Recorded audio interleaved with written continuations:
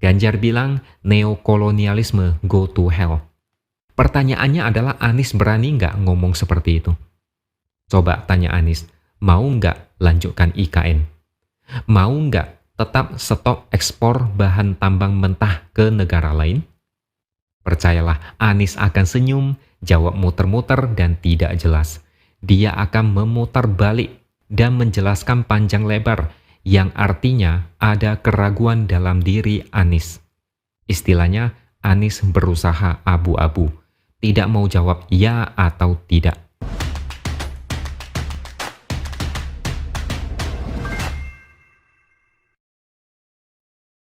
Halo, bertemu lagi dengan saya X Hardy di Opini Siward. Ganjar baru-baru ini menyampaikan beberapa hal penting kepada para relawannya di Jakarta pada Rabu lalu. Kita langsung saja. Yang pertama, Ganjar memperkenalkan kemeja bermotif garis-garis vertikal dengan warna hitam dan putih.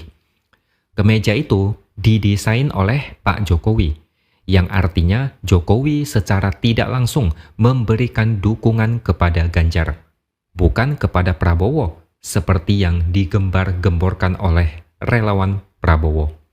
Motif itu bukan sembarang desain, tapi ada makna dan filosofinya.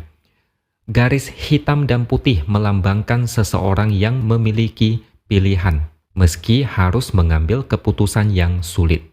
Hitam atau putih, bukan abu-abu.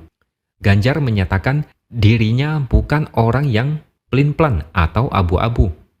Desain kemeja motif hitam putih ini ternyata ditertawakan banyak orang karena ada yang bilang mirip selimut rumah sakit. Ada juga yang bilang kemejanya mirip baju tahanan penjara. Pokoknya kemeja itu dipolitisasi. Padahal kubu sebelah kerjanya cuma nyinyir aja. Pertanyaannya, gimana dengan kaos klub sepak bola Juventus dari Italia dan Newcastle United dari Inggris? Dulu motifnya kaos mereka juga hitam putih tegak lurus. Banyak juga artis dan model yang juga pernah memakai baju motif hitam dan putih. Di medsos ada banyak, misalnya Gigi Hadid atau pemeran Superman Henry Cavill. Mereka tidak dipermasalahkan.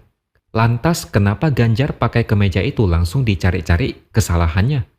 Saya yakin kalau misalnya garis-garis hitam putih dibuat miring atau horizontal, mereka tetap punya amunisi untuk mempolitisasi atau ngamuk-ngamuk. Tidak pernah ada yang benar di mata mereka. Pokoknya, kubu pemerintah selalu salah.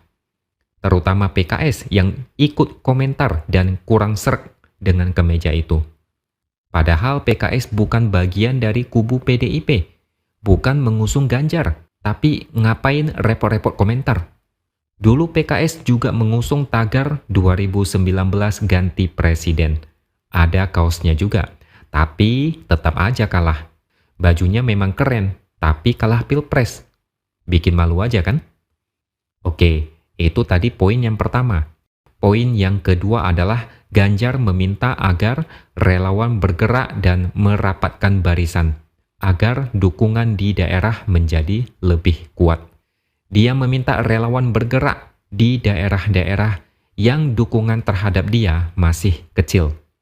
Poin ketiga terkait dengan sebagian relawan yang diketahui banting setir dan mendukung capres lain. Yang namanya relawan tidak akan bisa setia selamanya. Akan ada yang menetap, akan ada yang pindah ke lain hati karena tawaran yang sangat menggiurkan. Ganjar tidak peduli dengan itu. Dia tidak masalah. Dia malah mempersilakan jika memang ada relawannya yang banting setir dan mendukung capres lain. Dinamika politik selalu berkembang dan berubah. Dia ikhlas dengan fenomena itu. Yang sudah pergi tidak perlu ditangisi. Begitulah kalimat bijaknya. Poin keempat yaitu tentang pencopotan baliho. Beberapa waktu lalu memang baliho Ganjar di lahan Makodim Kalimantan Tengah dicopot. Ini sebenarnya masalah sederhana.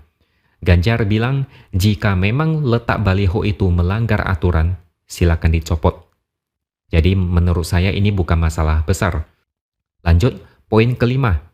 Ganjar bicara tentang pertemuannya selama setengah jam dengan Jokowi pada 9 Juli lalu di Jogja. Jokowi memberikan pesan pada Ganjar untuk menghadapi Pilpres 2024 mendatang. Selanjutnya, Ganjar juga bicara soal hilirisasi nikel. Seperti yang kita tahu, Jokowi mendapat tekanan dan perlawanan besar dari negara lain karena menyetop ekspor nikel. Indonesia digugat Uni Eropa ke WTO karena kebijakan stop nikel. Ganjar bilang langkah Jokowi menghentikan ekspor nikel berhadapan dengan kolonialisme gaya baru lewat regulasi. Semua tekanan yang ditujukan pada Indonesia terkait kebijakan nikel adalah upaya pihak asing agar bisa mendikte kebijakan Indonesia.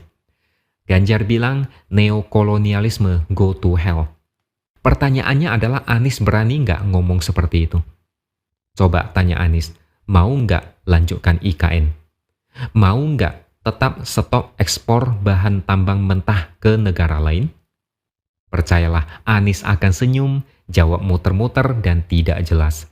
Dia akan memutar balik dan menjelaskan panjang lebar, yang artinya ada keraguan dalam diri Anies. Istilahnya, Anies berusaha abu-abu, tidak mau jawab ya atau tidak. Anies tidak akan seberani Jokowi yang berani menghentikan ekspor komoditas nikel yang berbuntut gugatan dari Uni Eropa ke WTO. Selain itu, Amerika Serikat juga melawan balik melalui undang-undang baru yang diskriminatif terhadap nikel Indonesia. Tekanannya sangat besar, butuh nyali untuk tetap bertahan dan teguh. Tidak semua presiden punya nyali untuk tetap melawan. Amin-amin, jangan sampai ada capres yang bilang kita harus menghormati Uni Eropa dan Amerika Serikat. Jangan sampai deh. Makanya Jokowi beberapa waktu lalu bilang mau cawe-cawe. Dia khawatir ada yang mau mengganggu kebijakan yang sudah dibuat susah payah. Ganjar sudah pasti komitmen dan akan melanjutkan estafet kepemimpinan dari Jokowi. Dia akan melanjutkan dan menyelesaikan apa yang belum selesai. Gimana dengan Prabowo? Dia sih ngomong bakal sejalan dengan Jokowi, tapi aslinya kan kita belum tahu. Sejarah watak Prabowo di Pilpres tahun 2014 dan 2019 masih sulit dilupakan. Jejak hitam Prabowo di masa lalu masih terpampang jelas. Prabowo sekarang ini kelihatan santun, santai, bijak, tidak seperti dulu yang agak temperamen, pidato berapi-api sampai gebrak meja berkali-kali. Percayalah, semua itu adalah bagian dari strategi.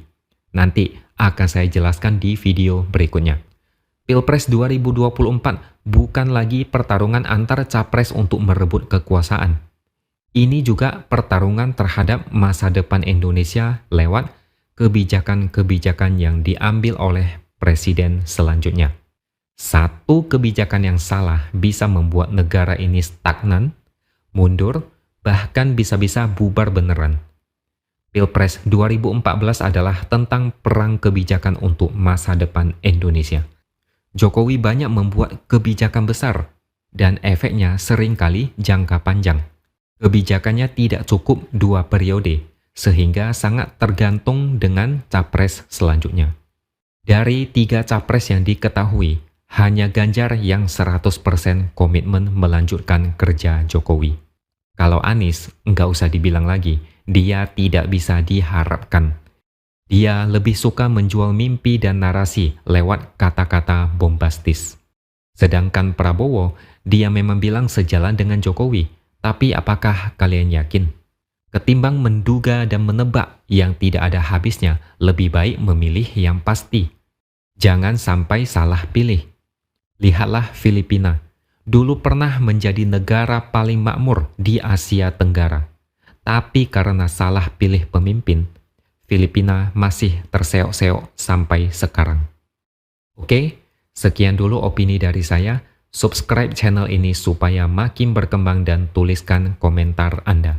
Terima kasih sudah menonton dan sampai jumpa lagi di lain kesempatan.